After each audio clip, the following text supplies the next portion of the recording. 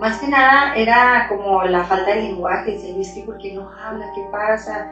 ¿Y qué pasa? Y yo estaba frustrada, ya después frustrada por eso, porque yo ni siquiera sabía que era el TEA, yo ni siquiera ni por aquí me pasaba, y más que nada me sentí perdida, me sentí ahora qué voy a hacer, ahora qué hago, ahora qué sigue. Hola, ¿qué tal? Bienvenidos, soy el Dr. Jaime Navarro, gracias por visitar este espacio. Hoy vamos a platicar acerca de una problemática que afecta a 1 de cada 100 niños en México.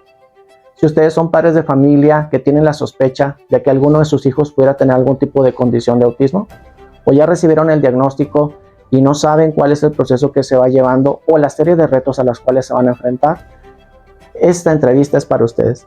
Hoy vamos a platicar con una madre de familia que abre su corazón y nos platica acerca de todo ese largo camino y cómo lo fue enfrentando y superando. Sean bienvenidos, quédense hasta el final. Por favor, que todos sus comentarios sean de respeto y de consideración a una madre de familia que está compartiendo su vida y con el único objetivo de brindarles a ustedes su experiencia. Sean bienvenidos, adelante. El autismo, o trastorno del espectro autista, es una condición del neurodesarrollo que influye en la manera en que un niño percibe, procesa y se relaciona con el mundo. Se caracteriza por particularidades en la comunicación, la interacción social y el comportamiento. Cada niño con autismo es único. Algunos pueden presentar dificultades en el lenguaje, en la comprensión de normas sociales o en la regulación de sus emociones. Otros pueden mostrar intereses muy específicos como la sensibilidad a sonidos, texturas o formas diferentes de aprender. Los desafíos del día a día, en la escuela, en la familia y en la convivencia social hacen fundamental una detección oportuna y una intervención especializada. Comprender el autismo no solo implica reconocer sus características, sino también generar entornos más empáticos, inclusivos y preparados para potenciar el desarrollo de cada niño. En este video, exploraremos sus principales retos y cómo una intervención oportuna puede marcar una diferencia.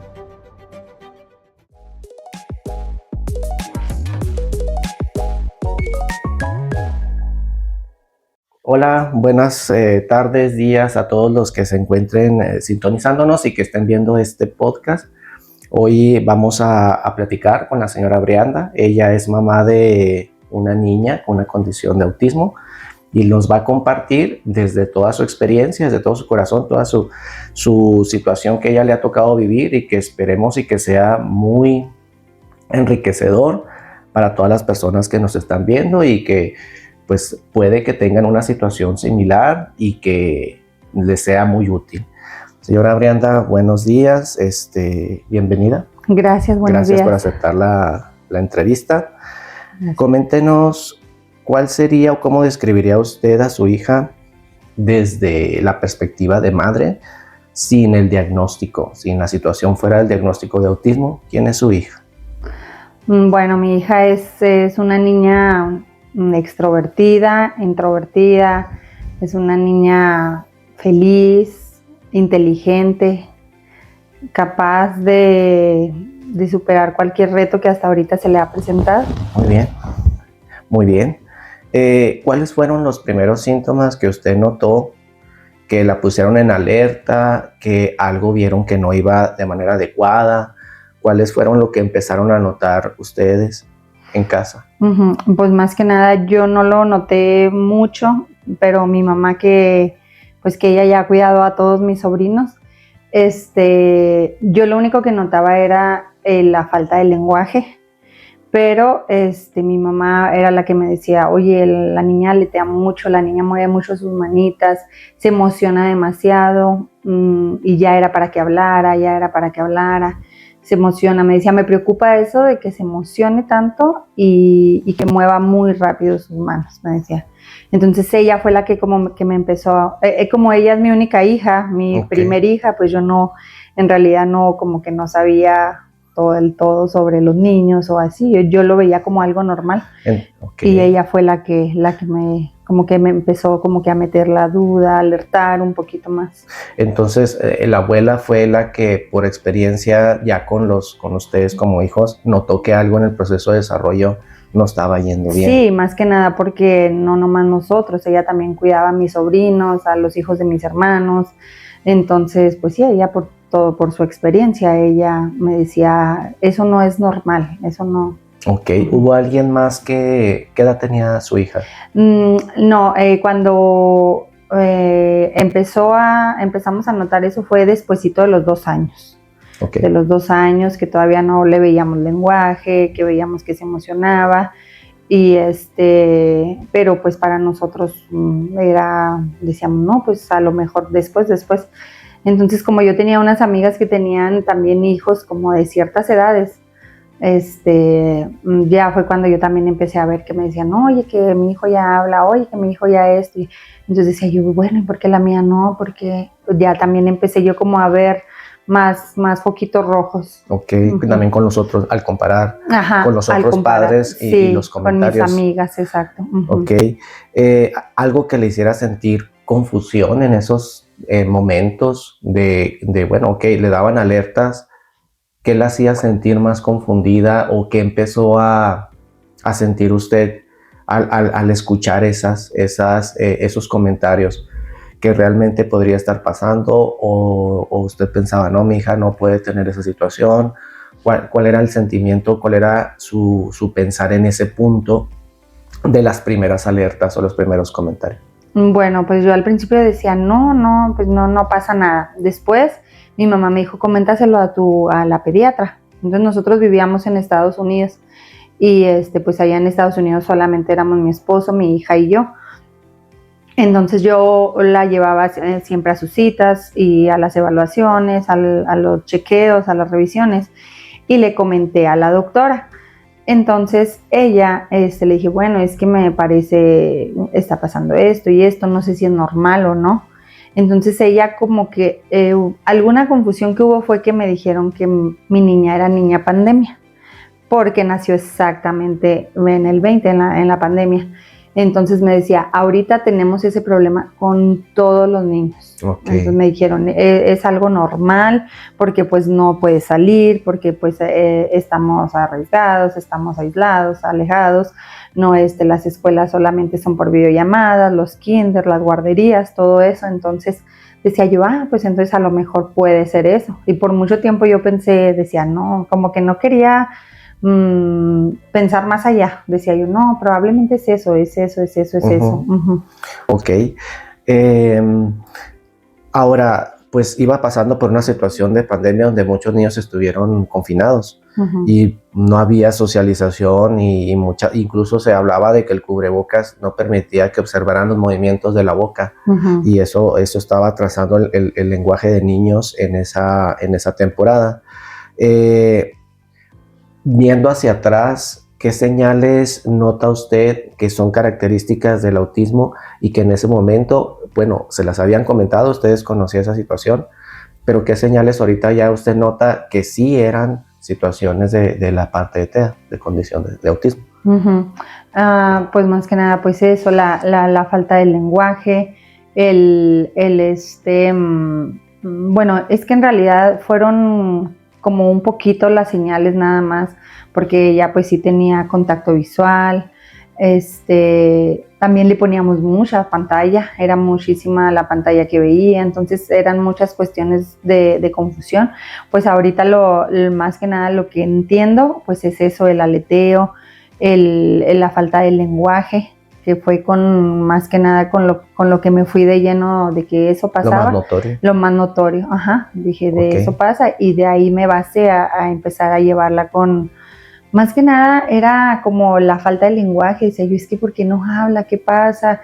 Y yo estaba frustrada, ya después frustrada por eso, porque fue hasta los 2 años, 6 meses cuando empecé a moverme, a buscar opciones, a buscar,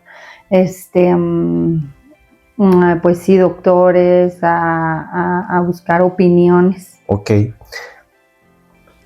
¿Qué tan importante? Porque me imagino que ya con estos años porque esto empezó a los 2 y medio, ahorita su hija ¿tiene qué edad?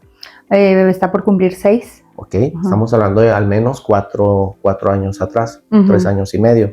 Ahora, en esa parte, ¿qué tan prudente siente usted que ante las primeras señales, comentarios o algo que no va bien, sea prudente, a tomarlo con seriedad y enfocarse a buscar ayuda, no dejarlo en cuestiones, por ejemplo, como esto, la parte médica, ¿no? Que dice, no, pues no estamos seguros y a lo mejor le sigue. O no, después pasa, no sucede. ¿Qué tan importante es tomar en consideración esas alertas y buscar ayuda?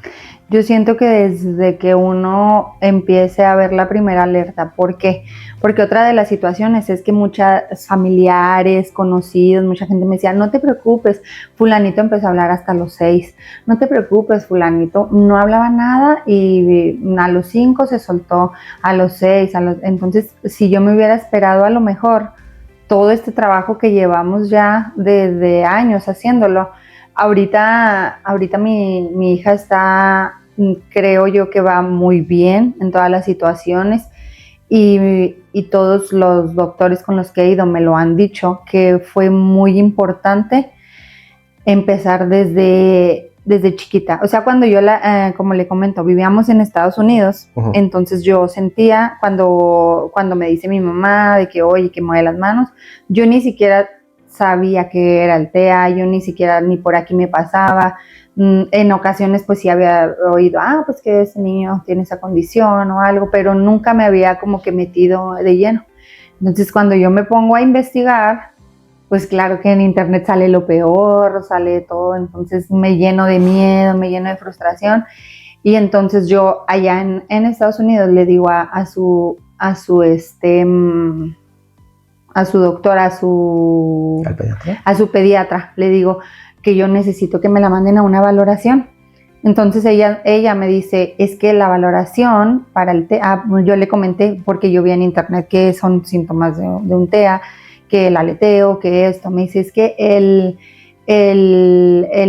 diagnóstico para una evaluación tiene que tener mínimo 3 años.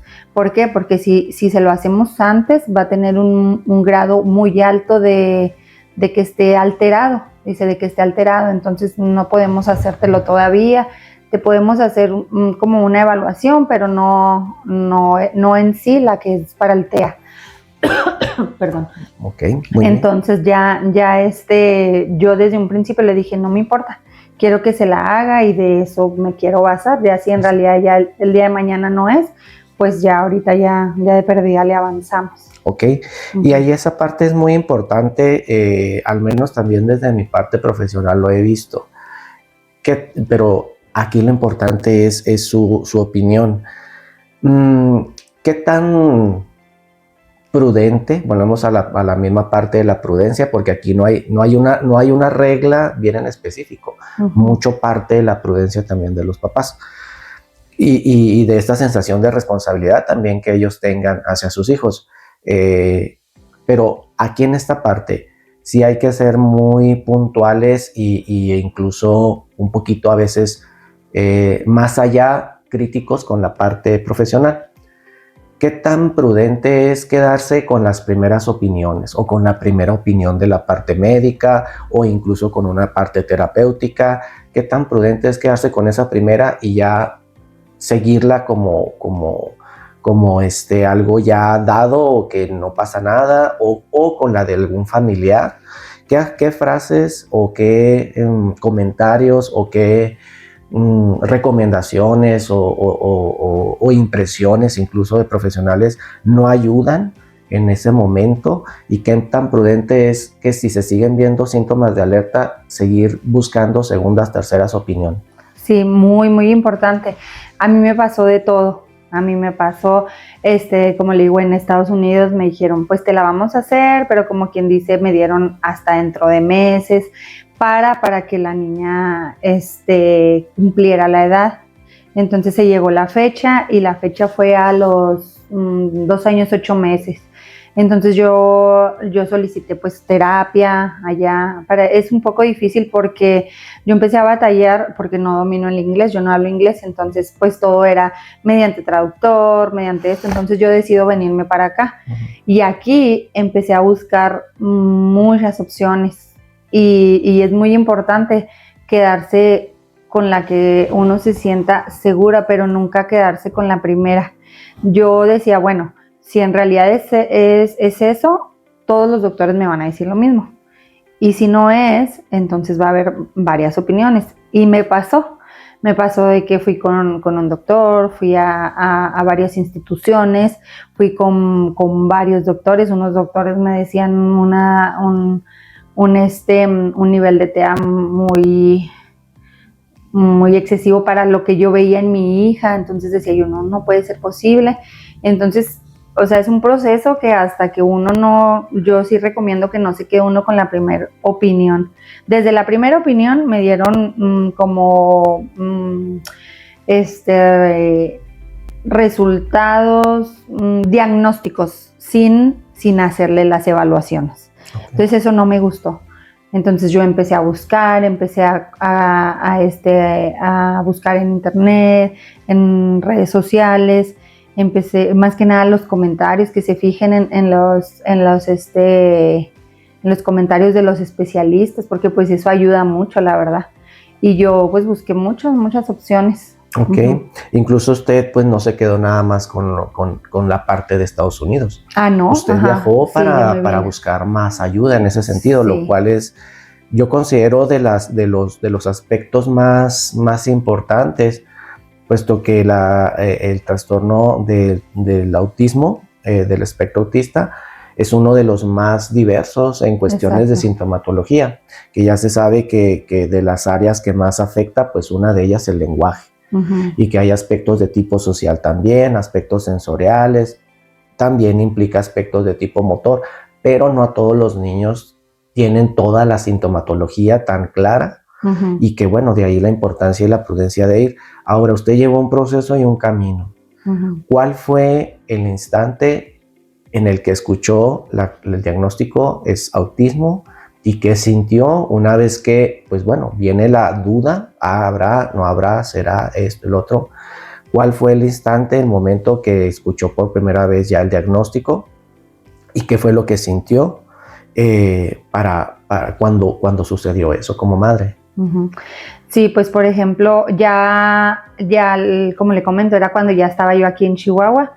La traje en varios lugares, entonces hasta que cumplió los 3 años, 2 meses creo, le hicieron ya la evaluación, lo que fue el ADI, A2, Betel, todas esas. Y fue, para mí tenía como que la esperanza. Yo decía, no, o sea, yo me quería quedar con que era niña pandemia, con que traía el retraso porque pues no podíamos socializar mucho y todo eso. Sin embargo, pues yo sabía que algo pasaba. Cuando me dicen que sí, pues para mí fue algo muy duro, muy difícil. Fueron sentimientos encontrados. No sabía cómo tomarlo, no sabía cómo afrontarlo. Sentí mucho miedo de todo, mucha tristeza. Pues sí, o sea, muchos sentimientos encontrados y más que nada me sentí perdida. Me sentí, ¿ahora qué voy a hacer? ¿Ahora qué hago? ¿Ahora qué sigue? Fueron muchas las cosas, las preguntas que se me venían a la mente. ¿Qué tan difícil fue encontrar esta parte de la evaluación? Porque si bien había pasado por médicos y terapeutas, y que como me comenta, pues ya se le hizo la valoración cognitiva, los aspectos en la parte del proceso para el ADOS, el ADR, que ya estaba mucho más en la edad de poderse hacer las valoraciones, confirmar bien que se encontraba dentro de la parte del trastorno. ¿Qué tan difícil fue ir llegando hasta ese punto en cuestiones de la oferta que hay, en cuestiones de especialistas, a la apertura que hay, incluso pues al trato, a la experiencia? O sea, ¿qué aspectos hay en ese proceso?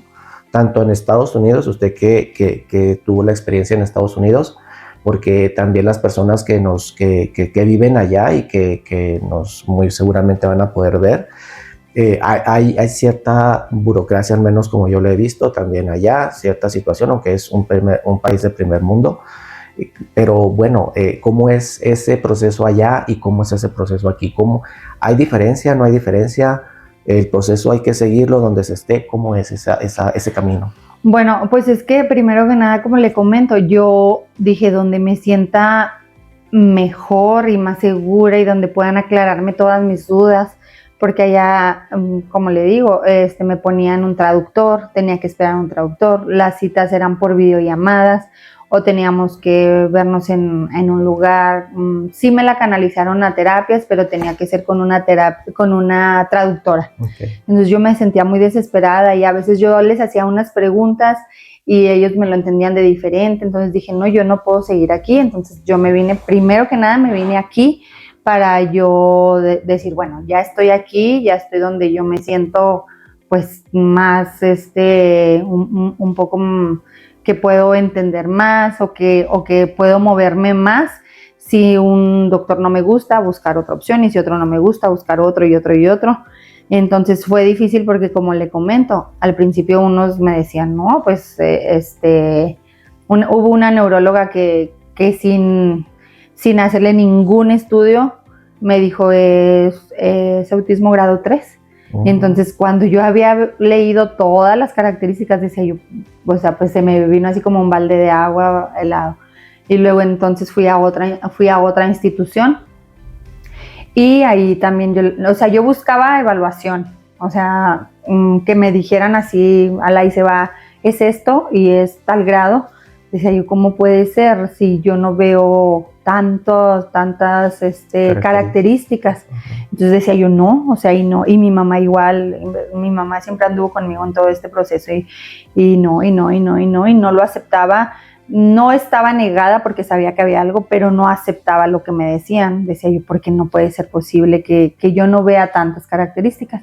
Entonces ya cuando vengo y me hacen las evaluaciones y entonces ya que entonces ahora sí me dicen con papel en mano, hicimos esto, hicimos lo otro, hicimos aquello, y es tanto, y entra dentro del TEA grado 1.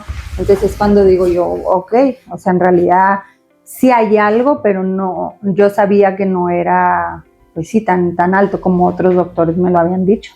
Ok, ahora llega ya al diagnóstico, llega ya a ser evaluada, que bueno, las personas que no saben, pues estamos en Chihuahua, en Chihuahua, y aquí es donde usted tiene su familia. Sí. Ahora, ya le dan su diagnóstico, siente todo lo que me comentaba, la parte de la confusión, la situación del miedo.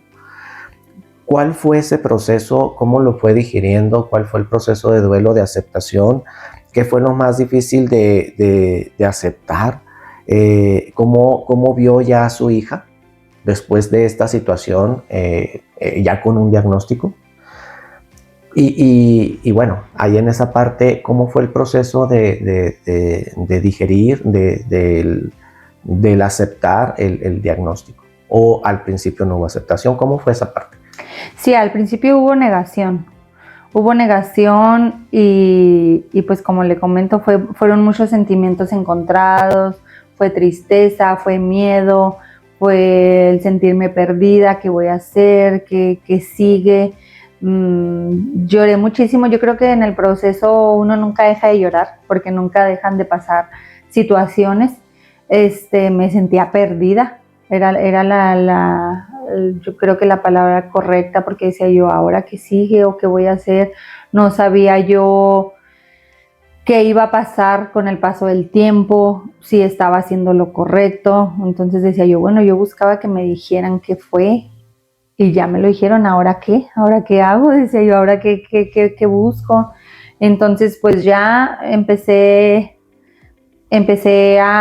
dije, bueno, o sea, duré un tiempo, ¿verdad? Y no lo aceptaba. Y yo creo que todavía hasta en algunas ocasiones lo dudo. A veces digo, pero en realidad digo, bueno, o sea, no es en realidad como ponerle bautizar lo que sea, o que simplemente pues buscar las situaciones en las que ella esté batallando y ayudarla como con cualquier otra persona, porque pues siento que eso a todos hemos pasado por alguna situación así en algún momento.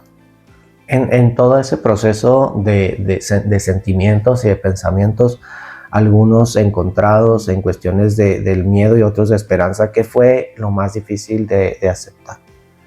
¿Cuál es esa parte a la que, al menos desde su experiencia, se tuvo que enfrentar? Y bueno, pues a pesar de ello, como tal, enfrentarlo. Pero ¿cuál es ese más grande aspecto de la vida en la condición del TEA que a usted le fue más difícil procesar o aceptar? Pues yo pienso que ya cuando me dieron el diagnóstico, yo decía, mi más miedo era pues el lenguaje. Decía, no va a hablar, no va a poder hablar, no va a poder, en lo social también decía yo, cómo va a ser, si ella no va a tener una vida normal. Y creo que siempre lo pregunté a todos los doctores, les decía, ¿es que mi niña va a tener una vida normal o no? Ese era mi miedo, más que nada, de decir yo que ella batallara o que fuera difícil para ella, más que nada, no tanto para mí, sino para ella. Uh-huh. Muy bien. ¿Y qué fue lo que le fue ayudando a construir la esperanza de que había un camino que recorrer? Esa resiliencia, ese sacar fuerzas, ¿cuál fue ese aspecto que le ayudó a enfrentar el diagnóstico? Yo creo que mi familia, el apoyo de mi familia, el apoyo de mi esposo, el apoyo de mi mamá, mis hermanos.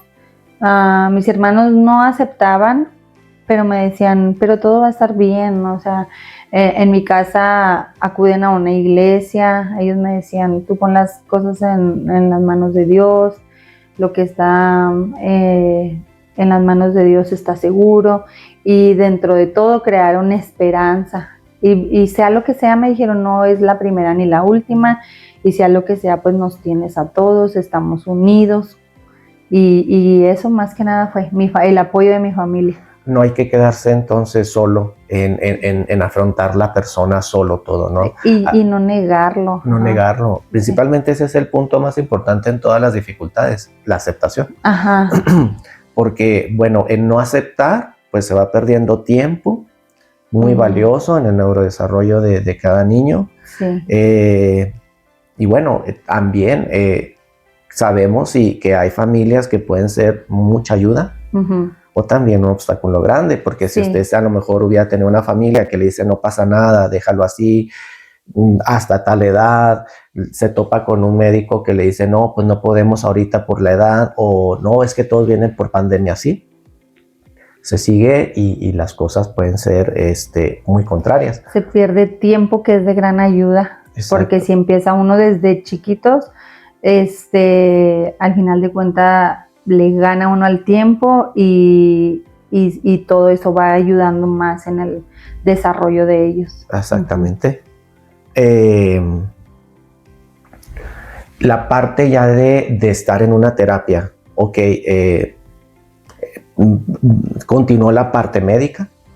Todo. Cuando investigué, decía, bueno, yo investigué qué pruebas se tenían que hacer para descartar el TEA, qué era lo que ayudaba a un niño con esa condición, y busqué muchas opciones. Busqué primero que nada la terapia de lenguaje y luego ya en la terapia de lenguaje como que fue mi primer caminito, y ya de ahí empecé, busqué la terapia y luego ya busqué la parte médica, pues sí, para que estuviera con tratamiento. Busqué otras opciones alternativas, lo que fue la equinoterapia, la terapia de terapia grupal, terapia individual de lenguaje, la parte médica, la equinoterapia y pues ciertas otras terapias psicomotriz. También, ok, muy bien. Sí. Que en el caso de los niños con autismo es tan diverso el trastorno en cuestiones de síntomas que requieren precisamente varios tipos de terapias. Uh-huh. ¿Cómo fue este aspecto de ok, ya empieza su proceso de terapia? ¿Cuáles fueron los primeros avances que empezó a notar con ella? y cuánto tiempo se llevaron. ¿Son muy inmediatos? ¿Son algunos tardados? ¿Cómo es ese proceso en una niña con diagnóstico de autismo grado 1?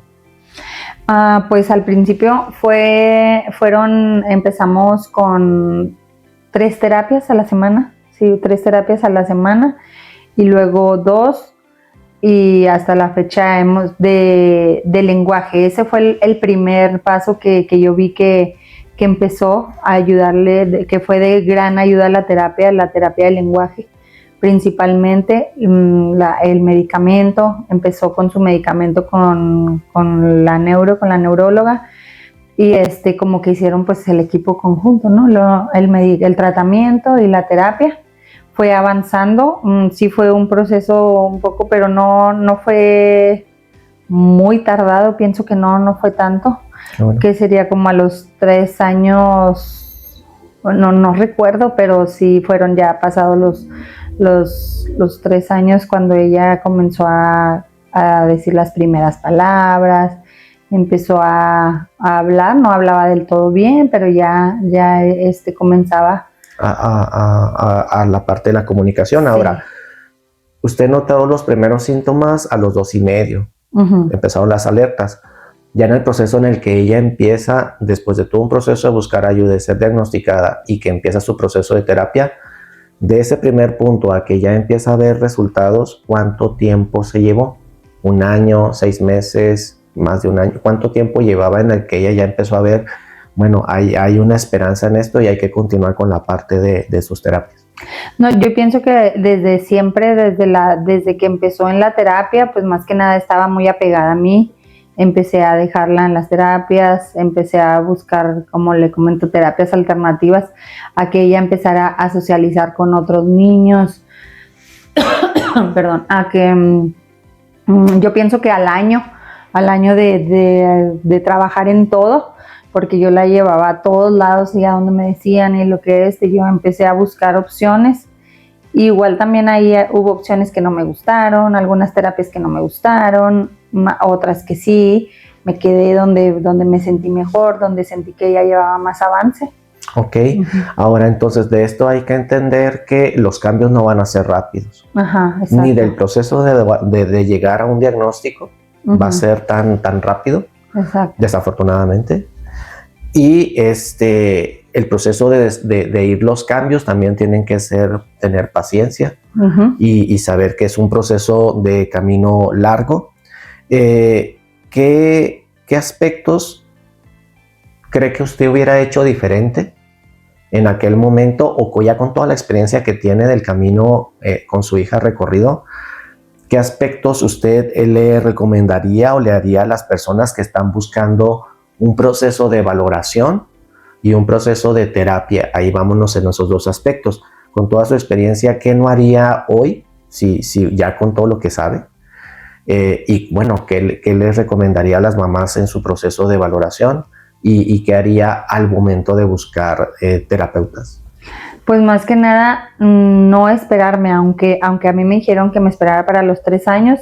Si en su momento yo vi que no había a lo mejor lenguaje, poder haber empezado un poco antes la terapia. Okay. Para que independientemente del diagnóstico fuera cual fuera, sabemos que la terapia es algo que es esencial.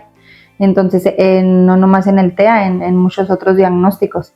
Entonces, empezar más pronto una terapia y a lo mejor ahí le hubiéramos ganado más tiempo al tiempo, ¿verdad? Sin importar cuál fuera su diagnóstico o que nos importe más, necesito un diagnóstico, necesito qué es, ¿no? O sea, más bien trabajar en esos focos rojos que sí. Mucho la importancia de no perder tiempo. Ajá, no perder el tiempo y no esperar hasta que le digan a uno. Muy bien. Todo ese proceso ha generado, pues al principio, mucho miedo. Ha sido mucho, se comenta la cuestión del agotamiento mental y emocional en muchos tipos de dificultades. Entre estos, el TEA, en esa parte, ¿cómo ha sentido usted el proceso de ir trabajando con estos miedos? ¿qué aspectos emocionales ha tenido que desarrollar en ese sentido para poder hacerle frente a la condición de autismo de su hija? Y cómo cuida esa situación de salud emocional para seguirle haciendo frente. ¿Qué aspectos tendrían que tener otros padres que apenas tienen que desarrollar esas habilidades o tienen que enfrentarse a esos miedos? ¿Cómo los ha ido manejando usted? ¿En qué se ha apoyado o qué aspectos ha pensado? ¿De qué se ha tomado para seguir avanzando? Pues más que nada en el querer siempre el bienestar de mi niña, en el querer que ella esté bien, en el poder ayudarla. O sea, creo que todos en el momento en que somos papás, ya no es pensar tanto en nosotros, sino en ellos, pero también es importante. ¿Por qué? Porque necesitamos estar bien nosotros para que ellos puedan estar bien. Para mí fue muy difícil. Al principio me empecé como a inclinar mucho en la oración, en las oraciones. Después, como si es algo muy cansado, muy agotador, yo había veces que decía, ay no, ya no puedo, ay, toda la semana tengo cosas que hacer, y luego, o sea, porque es mucho trabajo, es la casa, yo tuve que dejar de trabajar, para dedicarme pues de lleno a ella. Gracias a Dios pues tengo el apoyo de mi esposo, de mi familia, que todos me apoyaban, pero nunca es suficiente para la situación emocional, porque hay veces que anda uno, no, que sí, que lo necesito hacerlo, muchas ganas. Hay veces que anda uno pues bajoneada, triste, sentimental. Y algo que me ha ayudado mucho también es que tomo terapia con una doctora, con una psicóloga. Tomamos terapia de pareja. Muy bien. Entonces, el acompañamiento como padres de un niño que tiene una condición pues de por vida y que es un proceso más difícil que un niño neurotípico, por lo que implica el desgaste emocional, de ayuda, de apoyo económico, terapias, tiempo, etcétera. Vámonos a la parte que hace cuando, como usted me dice, se junta todo, las actividades de casa, los aspectos de dificultades propias diarias. ¿Qué hace cuando ya no puede más? ¿Cómo lo ha manejado? Que en ese punto, ¿cuál sería el momento donde hace el cambio para de ahí irse hacia arriba? ¿Cuál es esa aparte de la familia, de tomar terapia? ¿Cuál sería un punto donde las madres tendrían que saber que a pesar de todo lo que gira, de las dificultades, hay que seguir adelante? Pues siento que no debemos de aguantar todo, o sea, desahogarse, porque hay veces que uno empieza y se juntan las emociones y a veces está peor, pero sin embargo, si se desahoga uno de mil maneras, escribiendo, llorando, haciéndose para un ladito un momento, darse un tiempo para uno y decir, como dicen, sí puedo con todo, pero tengo que llorar poquito. Okay, entonces alejarse uno, darse su tiempo y decir, entonces ya, ok, ahora sí me limpio y otra vez a lo que va. Muy bien. La parte de la descarga emocional es bien importante, no estarse conteniendo del todo, ¿no? Sí, ajá. Súper excelente. Sí, porque después ahí viene, a mí me pasó, yo no dormía, yo decía, ay, pensando si lo estaba haciendo bien, si era lo correcto, empecé a tener problemas dermatológicos, caída del cabello, empecé a subir de peso. Mucho estrés. O sea, mucho estrés, a subir de peso. O sea, me pasaron muchísimas cosas que hasta el momento estoy todavía trabajando en ellas, porque uno no cree, no las ve, no nada, hasta que ya dice uno, oye, sí es cierto, o sea, se para uno y dice, me está pasando esto otro, esto, y uno pues como que lo deja pasar. Ok. ¿Qué cambios hubo a nivel de familia, a nivel de pareja? Me comenta que toda su familia ha sido un apoyo bien importante, su esposo también. En el caso suyo, su esposo se quedó en Estados Unidos trabajando mientras usted estaba aquí con su mamá, con la abuela de su hija. Sí. ¿Qué cambios hubo en ese sentido a la situación de diagnóstico y a la situación de proceso? ¿Impactó la parte de la relación de pareja? ¿La debilitó? ¿La fortaleció? ¿Ha habido dificultades? ¿Cómo impacta? Y le comento porque es común. Es común el impacto entre pareja ante una situación de un diagnóstico más de una condición dentro de la pareja, porque es una dinámica al fin de cuentas. Sí. Entonces, ¿qué impacto en esta situación tuvo en la vida de ustedes? Pues mucho, porque por ejemplo nosotros teníamos planeado quedarnos a vivir en Estados Unidos. Entonces, cuando yo me vengo para acá, yo dije, nada más voy a buscar una evaluación y me regreso. Yo tenía ya mi casa, todo. Entonces, pues no, ya cuando yo hablo con mi esposo y le digo, ¿sabes qué? No, siempre no. Cambio de planes, me voy a quedar a buscar aquí doctores, me voy a quedar a esto, y como él siempre ha trabajado allá, me decía, bueno, y luego entonces no va a ser la misma, como esto y lo otro. Claro que sí, al principio hubo problemas, hubo cambios de planes y fueron difíciles. Después de esto viene también el yo no sentir el apoyo de él, pero pues también el no sentir el apoyo mío, porque él tenía que quedarse ahí a trabajar, yo tenía que quedarme aquí a buscar opciones para mi niña, y luego pues ya como que ahí estuvimos tambaleando en la relación, vinieron los problemas de pareja y todo. Entonces pues ya hasta que pudimos sobrellevar, más que nada por mi hija, al principio por ella, y ya después ya con la terapia empezamos a ver que es un proceso, y que claro que va a afectar ciertas áreas de nuestras vidas, pero pues que es normal y que hay que saberla sobrellevar, más que nada. ¿Usted le recomendaría a los padres que tienen la situación de sus niños con autismo o con cualquier otra situación de neurodivergencia el que sean conscientes de que va a impactar no solamente a nivel emocional de cada uno como padres, incluso también no es el caso de su hija, pero con los hermanos cuando se tiene, sino a nivel de la pareja? ¿Qué tan importante es el que cuiden su salud emocional también de cada uno de ellos, lleven un proceso y que de alguna o de otra forma puede llegar a impactar la relación de pareja? Sí. Que busquen ayuda de pareja, no solamente que se enfoquen en los aspectos del tratamiento de sus hijos, sino que cuando ven que esto ya también se está desbordando, está alcanzando dimensiones de pareja, busquen ayuda, que es en este caso, como usted me comenta, bien importante no dejar eso de lado. De lado, sí, porque como le comento, o sea, uno dice, bueno, está haciendo todo por su hijo, por su hija, y entonces uno ¿dónde queda? Y entonces ¿dónde queda también la pareja?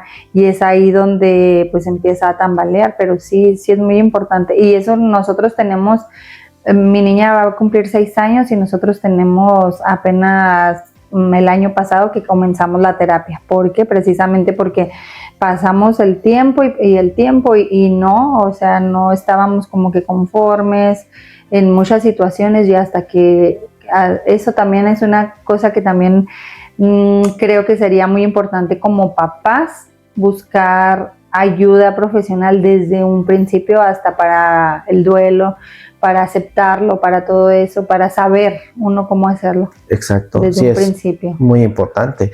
Ahora, algo muy importante es que cuando ya se empezaron a dar los primeros evolución en el desarrollo de su niña, obviamente se fue buscando el irle integrando aspectos educativos, puesto que ya iba a estar cada vez mucho más funcional.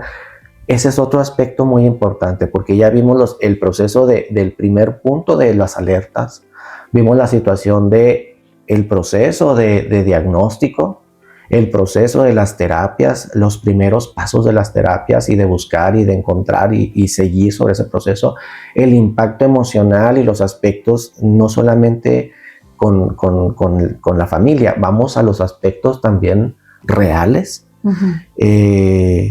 en la parte educativa. ¿Cómo es desde su perspectiva personal la apertura en las escuelas hacia la inclusión de los niños con una condición, en cuestiones de infraestructura, en cuestiones de metodología con las escuelas y en cuestiones incluso desde la parte humana de los directivos y de los maestros para aceptar a niños? O en este caso, usted, ¿cuál es su experiencia?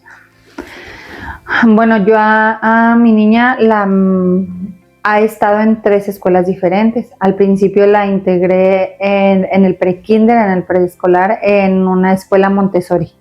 Ahí fue una escuela de la cual yo estoy súper agradecida porque las maestras eran inclusivas, eran unas maestras muy lindas, desde la directora, las maestras, las compañeras. Había muchos niños con diferentes condiciones y niños que no tenían, pero ellos, era una escuela muy, muy bonita que ni siquiera se veían como compañeros. Las maestras les enseñaban que tenían que ser hermanitos, que tenían que cuidarse. Yo fui muy feliz en esa escuela. La verdad, lo que pasa es que tuvo que cerrar la escuela, entonces yo dije, bueno, pues ni modo. Después de esa escuelita, ahí mi niña empezó a integrarse, me ayudaron muchísimo las maestras, me ayudaron mucho con la socialización, me ayudaron hasta con el control de esfínteres, o sea, con muchas cuestiones. Hubo mucho apoyo por parte de esa escuela. Después la cambio a una escuela privada. En esa escuela, la verdad no me fue nada bien, a pesar de que era algo costosa. Yo dije, bueno, pues a lo mejor dije, va a ser mejor, es una escuela privada, la infraestructura pues estaba muy bien. Dije, me gustaba mucho la escuela. Entonces, desde el primer momento, yo nunca mentí. Yo me acerqué con las maestras. Mi niña es una niña muy dócil, muy tranquila. Ella jamás, nunca ha sido violenta. Más que nada, ella ha sido sentimental. Entonces, nada más. No tenía ningún problema. Me acerqué yo con las maestras, les dije, bueno, mi niña tiene una condición, a ella lo único que le afecta es que a lo mejor le hablen muy fuerte y ella como que se bloquea o se asusta, pero ella nunca va a hacer esto, lo otro. Les comenté yo la situación y me dijeron, ok, perfecto. Claro que no, a la primera semana de haber entrado a clases me le pegó un niño que también tenía condición, pero que la mamá no lo aceptaba y no lo tenía ni tratado, ni medicado, ni nada. Entonces yo les comentaba a las maestras, oigan, ¿qué pasa? O sea, con eso, con mi hija, me la cambian de salón, o sea, buscaron opciones y súper bien en el siguiente salón, muy, muy bien. Entonces cuando pasa de año, hago lo mismo, me quedo en la misma escuela, hago lo mismo, les hablo a las maestras, les digo lo que pasa o lo que pudiera suceder y no, o sea, mi niña estaba muy bien integrada y de repente fue muy difícil porque empezó y no, mamá, ya no quiero ir y empezó a llorar. Luego después lloraba en cuanto la dejaba en la escuela y luego cuando salía bien, pero con los ojos llorosos, y luego ya después lloraba antes de irnos y ya después era llorar antes de levantarse, esconderse, donde me decía que no quería. Y hablé con la psicóloga, hablé con la psicóloga de la escuela, porque había psicóloga, hablé con las maestras, hablé con la psicóloga de la escuela, hablé con todo el mundo y siento que ahí sí no hubo empatía por parte de las maestras de ese grado. La maestra desde un principio como que no, ella trataba de hablarles fuerte, ella como que a pesar de yo haberle cuestionado la situación, ella de haber dicho, o sea, para mí todos son iguales y no, o sea, y ahí yo fue donde sentí y pues me molesté porque pues mi dinero valía lo mismo que los demás. Y fue difícil. Entonces, con mucho miedo y temor y todo, la cambié a una escuela pública y hablé igual con las maestras, con la directora, y hasta ahorita ella está súper bien adaptada. Entonces yo dije, si la cambio de escuela y sigue llorando, voy a ver qué es el problema, es ella. Y si no, pues voy a ver qué es la escuelita. Y sí, fue un proceso de adaptación a la nueva escuelita, pero duró poco tiempo y ahorita ella está muy bien integrada, muy, muy feliz en su nueva escuela. El factor humano, inclusivo, no de escritorio, no de programas, entre comillas. ¿Qué tan importante es la empatía del docente hacia la condición de él? ¿qué barreras ha encontrado vámonos directamente a los docentes? Porque si nos ponemos a buscar o escudriñar en programas, pues nunca acabamos, en los programas educativos. Con la parte de las cualidades de los docentes, ¿qué barreras ha encontrado o qué apoyos que han sido clave? ¿Y qué les gustaría a usted como mamá, desde el punto de vista como mamá, que entendieran ellos? O qué aspectos valoraran los padres que tienen a ese tipo de docentes que han sido claves, o de cuáles aspectos han sido barreras y que hay que tener en cuenta de que si estuviesen pasando, no dejarlos pasar. Pues primero que nada que escuchen a sus hijos, que los escuchen, porque en realidad los niños nunca van a mentir. Y de los docentes, pues que sean más empáticos, que sean más, que se pongan más en el lugar de uno, y que, o sea, también dejen un poquito de lado de que tienen que ser las cosas así, así, así, o sea, no, de que pueden ser un poquito más, ¿cuál sería la palabra? Más empáticos con los niños que tengan alguna condición. Si en sí ningún niño es igual, o sea, todos los niños son diferentes, aún así no tengan alguna condición. Para los niños con condición a veces les cuesta un poquito de más trabajo, y no quiere decir que los tengan chiples o que con ellos sean diferentes, sino que sería de mucho apoyo y de mucha ayuda para esos niños el sentirse cómodos, en sentirse a gustos, en el sentirse o sea, que sean inclusivos los maestros, porque a mí hasta llegaron hasta las señoras de la limpieza a decirme, es que la niña se mantiene sola, es que la niña esto, es que la niña lo otro. Y aquí en esta otra escuelita yo veo mucho que la maestra en la que está ahora, la maestra, vénganse, vamos a jugar, y vénganse, vamos a esto, y vamos por equipo, y a ti te toca con ella, y a ti con ella. Y yo he visto cómo la integran, o sea, no, pienso que en la otra escuela, ok, es una niña con condición, bueno, que haga lo que quiera, o que se haga y lo he visto con una vecina que tengo, que es muy amiga mía, es un niño también, nada más que el niño de ella tiene autismo un poquito más severo. Lo cambió de escuela porque también ella le decía, es que el niño no habla, apóyenme con eso. No se preocupe, no habla, pero no va a reprobar. O sea, como que ya, entonces no deben, desde ellos poner el ejemplo, más que nada. Ok, entonces un aspecto clave que le correspondería a los docentes, al menos hablando de docentes, es la empatía y evitar la indiferencia. Exacto. Y porque sabemos que falta también, no son los profesionales de esa área.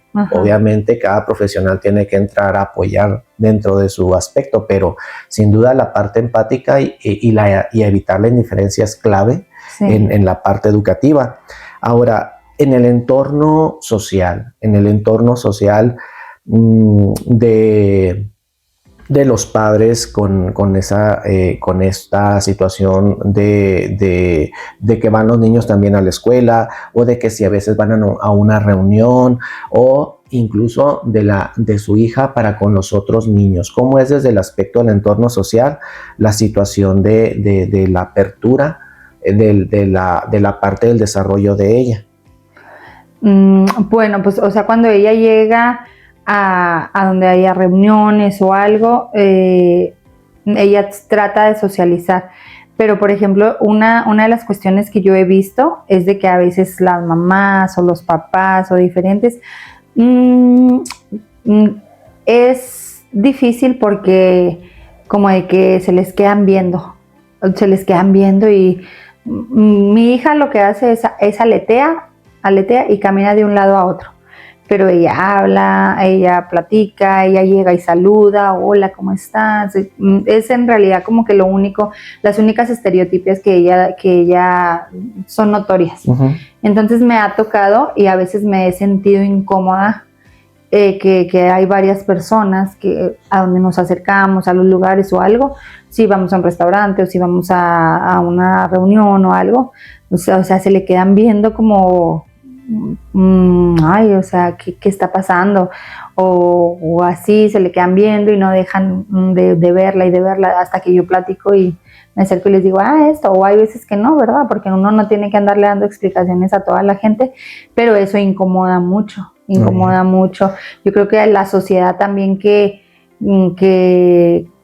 sea también inclusiva más que nada y empezar pues desde los padres. Exacto, eso es alguna parte bien importante. Desde la aceptación del diagnóstico tiene que haber la inclusión, porque si los propios padres los esconden o lo niegan, pues ¿dónde puede iniciar la inclusión? De hecho, los padres son punta de lanza para todo este aspecto de tipo social. Muchos docentes desconocen bien qué es el autismo, pues no se diga la sociedad, etcétera. Incluso la parte profesional también, no todos los terapeutas trabajan con niños con autismo, ni toda la parte médica está realmente relacionada a ese tipo de padecimientos.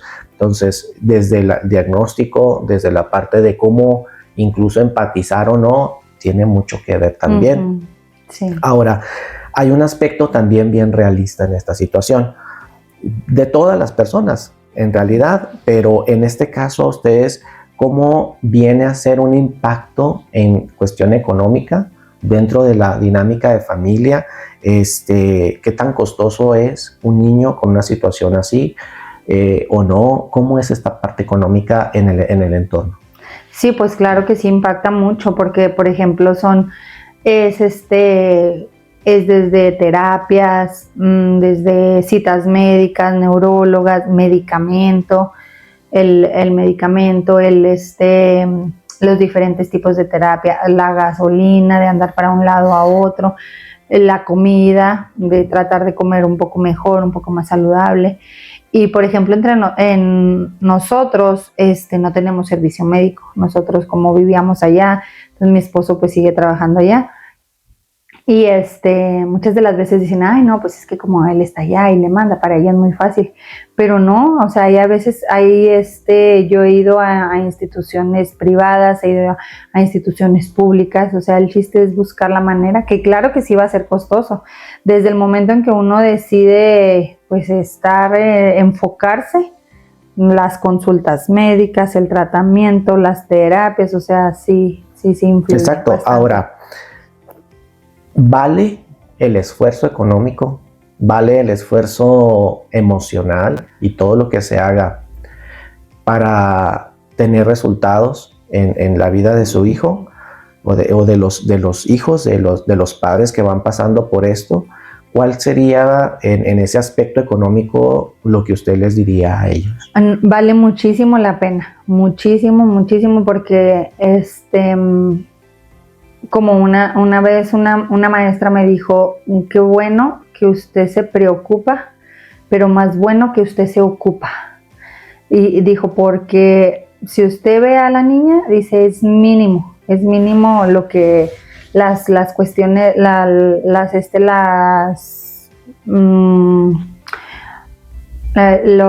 que a ella se le nota.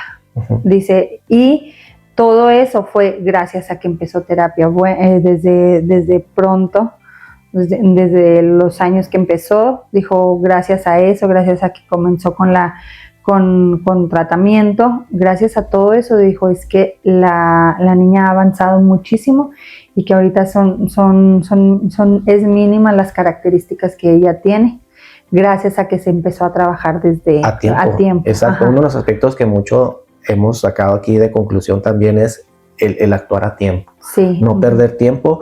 Y otro aspecto muy importante también es, ok, si no se tiene la posibilidad económica para buscar un aspecto privado, seguir buscando en aspectos públicos. Sí, incluso, por ejemplo, como usted me comenta, la parte educativa, pues se fue primero por la parte privada, que sería lo que pensaríamos sería lo más adecuado, ¿no? Ajá. Pero volvemos al factor humano, que independientemente de una institución que tuviera más recursos de infraestructura, a lo mejor, el factor humano no estaba. Entonces, pues se busca la parte de un colegio público, una escuela pública, un kinder, y en este caso, independientemente de que a lo mejor la infraestructura no va a ser igual, para ella le era mucho más feliz ir a la escuela y estar contenta y aprender más, porque un niño que va a una escuela donde no, pues no aprende, donde no está a gusto. Y fue una de las situaciones que me pasaron, que la maestra de la escuela pública, de la escuela privada, perdón, me decía, es que no, y es que ella va atrasada y le estoy diciendo porque tiene que estar a la par de mis otros niños, de esto, del otro.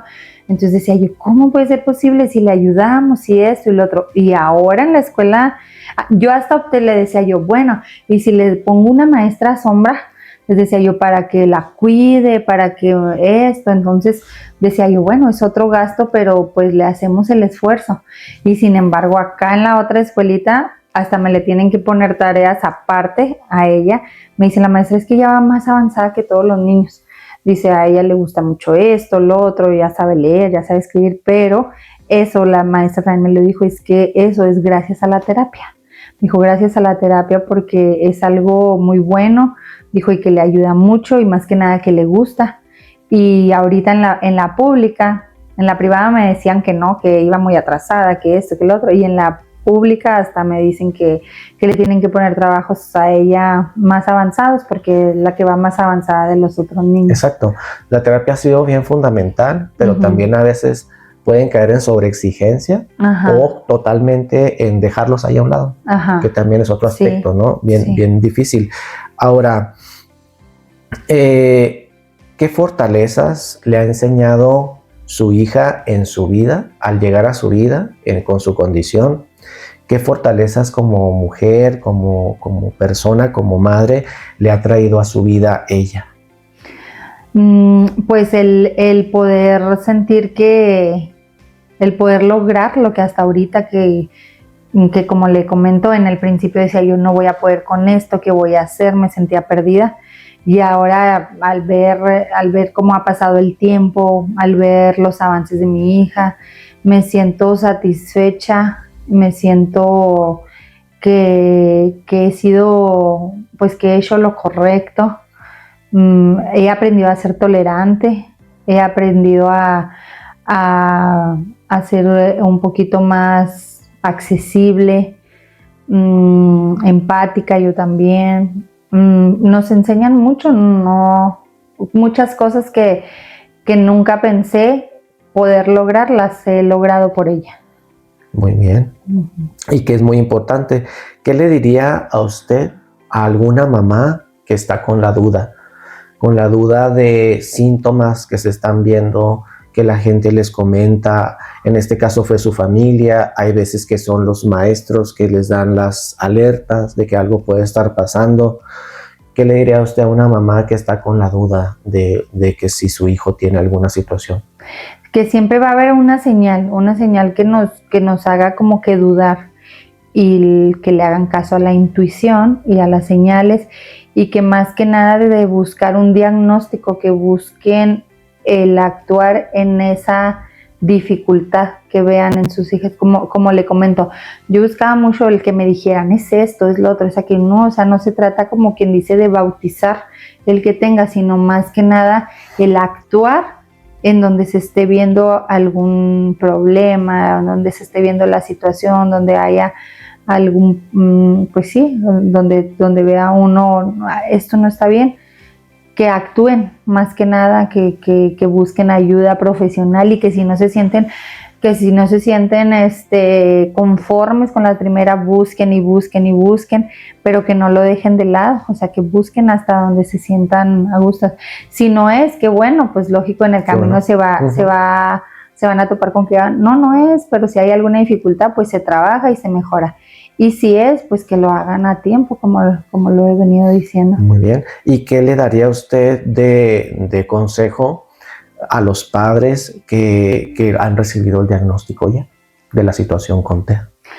Pues que busquen ayuda profesional para poder aceptar, porque es difícil, claro. Es difícil, cambian muchas situaciones de nuestras vidas, de nuestra rutina, de la vida cotidiana, o simplemente desde la expectativa que tenía uno de cómo quiero o cómo quería cuando uno está embarazada, yo cuando la niña crezca quiero que esto y esto, y sin embargo no, o sea, todo es un proceso. También. Y que se apoyen más que nada, porque muchas de las veces sí es difícil estando juntos. Hay personas que conozco y que he visto que están solas, que tienen problemas económicos, que tienen más hijos o más de un hijo con diagnóstico, y eso también es muy agotador y muy difícil. Más que nada que se apoyen, que busquen apoyo en las personas pues quien ellas con las que se sientan más a gusto, más. Muy bien. Y las personas que van justamente teniendo ese duelo que usted ya ha sobrepasado, ¿qué aspectos clave, puntuales, usted le diría de qué aferrarse, de qué tomarse, de qué afianzarse para ese proceso de emocional, depresivo, ansioso, desestabilización económica, laboral, familiar, de pareja, etcétera, que trae? Una persona que se encuentra en ese torbellino de esa situación emocional, ¿usted qué le diría? Esperanza, más que nada, que no pierdan la esperanza, porque así como hay momentos difíciles, hay momentos muy satisfactorios donde uno dice, ay, o sea, me acuerdo cuando estaba pasando por eso, me acuerdo cuando sentía que no podía, me acuerdo cuando sentía que el mundo se derrumbaba, y ahora que veo los logros, que veo los avances, se siente muy satisfactorio y se siente que todo vale la pena. Claro, llega uno a un momento en el que dice no puedo más, pero que se aferren pues más que nada a tratar de apoyar a nuestros hijos, de apoyarlos y de salir adelante pues juntos. ¿Qué significa hoy, después de todo ese largo camino, qué significa para usted hoy la palabra autismo? Pues más que nada es simplemente es una etiqueta. Para mí es una etiqueta porque yo he visto, como le comento, que todos los niños son diferentes. Hay niños que no tienen condición y sin embargo no son sociales, no son empáticos, no son. Yo pienso que el autismo es una etiqueta más que nada, porque cuando se trabaja y se actúa, los niños pueden llegar a tener una vida normal, una vida hasta con mejor calidad de vida, porque más humanistas, más sencillos, más sociales, más. Aprende uno muchísimo de los niños con una condición. Mucho se aprende. Muy bien. Si usted pudiera definir este camino con algunas palabras, con alguna frase, ¿cuál sería?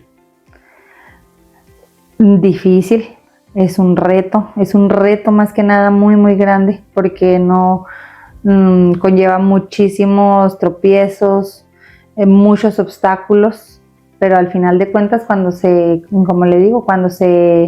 ve uno todo el camino que ha recorrido y todo lo que ha pasado y todos los malos comentarios de doctores, de maestros, de terapeutas, de la familia, de muchas personas, que a lo mejor si uno se queda enfrascado y se queda con eso que le dicen, pues a lo mejor y no logra avanzar.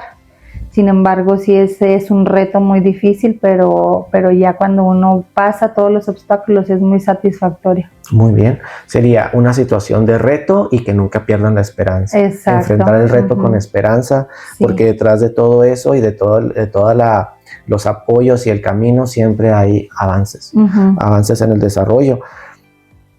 ¿Qué sueña hoy usted con todo eso vivido de las dificultades y todos los avances que ella ha tenido? ¿Qué sueña hoy con su hija? ¿Cuáles son sus propósitos con ella? ¿Cuál es este panorama que ahora ya realista con la situación que tiene, los avances y ese proceso? ¿Cuál es su sueño con ella? ¿Cuál es su perspectiva de madre con su hija? Pues en realidad no me enfoco a qué quiero de ella, simplemente trato de verla, de escucharla, de ver lo que a ella le gusta, de apoyarla, y simplemente el camino nos va llevando. Disfrutarla, Disfrutar. a ella cada etapa. Claro, sí, disfrutar. Ella me enseña muchísimo. Hay ocasiones que ella es quien me da ánimos a mí. Hay ocasiones que yo, o sea, ella me enseña, ella me demuestra, ella me dice, no pasa nada, mamá, no llores, o me dice, ay, tranquila, respira, me dice ella. Entonces, es un camino que se nos va a ir dando y no sugestionarnos o decir, ay, es que quiero que sea esto, o que quiero que ella aprenda esto, que quiero, ellos mismos nos van diciendo qué es lo que quieren. Que es estas habilidades que usted me comenta que ha desarrollado en cuanto a ser más flexible, a ser más tolerante, sí, en esos aspectos, súper importante. Señora Brianda, le agradezco mucho su colaboración, su apertura sobre todo, y la importancia de esto es mostrar con todo el respeto a este caso, y sobre todo que les sirva de mucha ayuda a muchos padres, porque cuando nosotros como profesionales trabajamos esto todos los días por año, los padres ya lo han llevado y ya tienen el proceso ya más digerido, ya lo llevan más en desarrollo, ya muchas cosas han cambiado. Uno daría por sentado que esto es muy común, ¿me explico? Pero no, cada persona que va entrando a este proceso va pasando por cada una de esas situaciones. Entonces, de verdad, yo le soy muy sincero, yo la invité porque yo considero de muy valioso para los padres este tipo de información, más allá de los libros, más allá de las nomenclaturas del diagnóstico, es la vida real. ¿Me explico? En la vida real, el autismo es una situación muy variable, y para cada familia van a ser retos, si no muy similares, algunas diferencias, otras no tanto, pero les va a ser muy valiosa la información que nos acaba de compartir.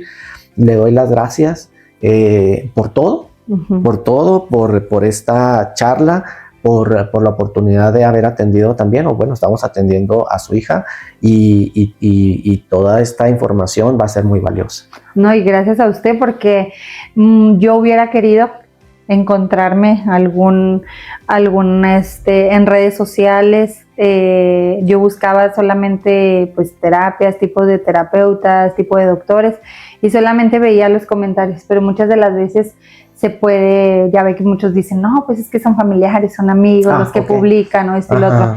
Pero ya, sin embargo, cuando ya yo comencé a meterme un poquito más y a buscar, yo hubiese querido que hubiera algo como esto que usted está haciendo, algún video, algún documental o algo así, que yo pudiera irme directo y decir, o sea, me gusta eso. Y créame que sí es de muchísima ayuda. Exacto, y va a ser de mucha ayuda, y se hace con todo el respeto, como comento, y con todo el corazón también. Hay que agradecer el exponer la vida, porque es abrir el corazón, es abrir su parte, su privacidad de su vida, de su proceso, pero que esta es muy importante para muchas personas que van durante el proceso, y que espero que a todos les sea muy valioso, y le agradezco mucho. No, gracias a usted, y espero que sea de gran ayuda. Esperemos que sí, agradecemos a todos los que hayan estado viendo este podcast, y dejen sus comentarios acerca de esto. Yo estoy ahí a la orden, cualquier situación que ustedes deseen ampliar y conocer, y compártanle a todas las personas que les sientan que sea útil y que pueda ser en su vida un parteaguas, o sencillamente maestros en la situación, que también sean conscientes y sean empáticos. Y a todos los padres les agradecemos el que están dándonos su tiempo para ver esta información. Muchas gracias. Muchas gracias. Gracias. Dame like, sígueme, suscríbete.